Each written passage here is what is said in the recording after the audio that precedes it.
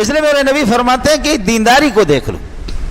معاشرے میں گناہوں کا سد باب کرنے کے لیے یہی ہے، جب بالغ ہو جائے، لڑکا بالغ ہو جائے اس کا نکاح کرائیں، لڑکی بالغ ہو جائے اس کے نکاح کرائیں. کسی طرح اگر گنجائش ہے، کسی طرح اگر گنجائش ہے. ہمارے ساتھی محسوس نہ فرمائے، بعض لوگوں کے ہاں یہ ہے، مولانا بیٹا جب تک اپنے پاؤں پہ کھڑے نہیں ہوں گے ہم نکاح نہیں کرائیں گے.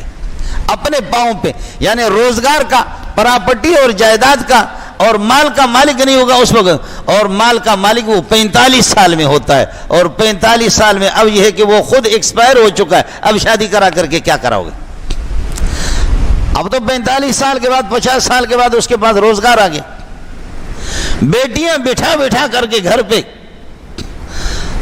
اور جہیز کی لعنت اس طرح چل پڑی ہے کہ جس غریب کی بیٹی کے پاس جہیز نہیں ہے، 2 لاکھ کے، 5 لاکھ، 10 لاکھ کے، کوئی سے نکاح کرنے کے لیے تیار نہیں ہے.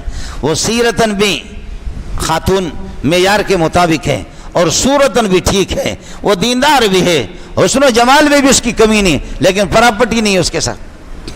داماد پھر اس داماد کا انتخاب کروں گا کہ داماد جو بے دین ہو، پیسے اس کے پاس ہو، لیکن داماد مجھے ایسا چاہیے، بہنوئی مجھے اس قسم کا چاہیے، پیسے اس کے پاس ہو، چاہے وہ کمینے کا بچہ ہو، بے غیرت قسم کا ہو، حرام کے پیسے ہو، لیکن مجھے پیسے چاہیے.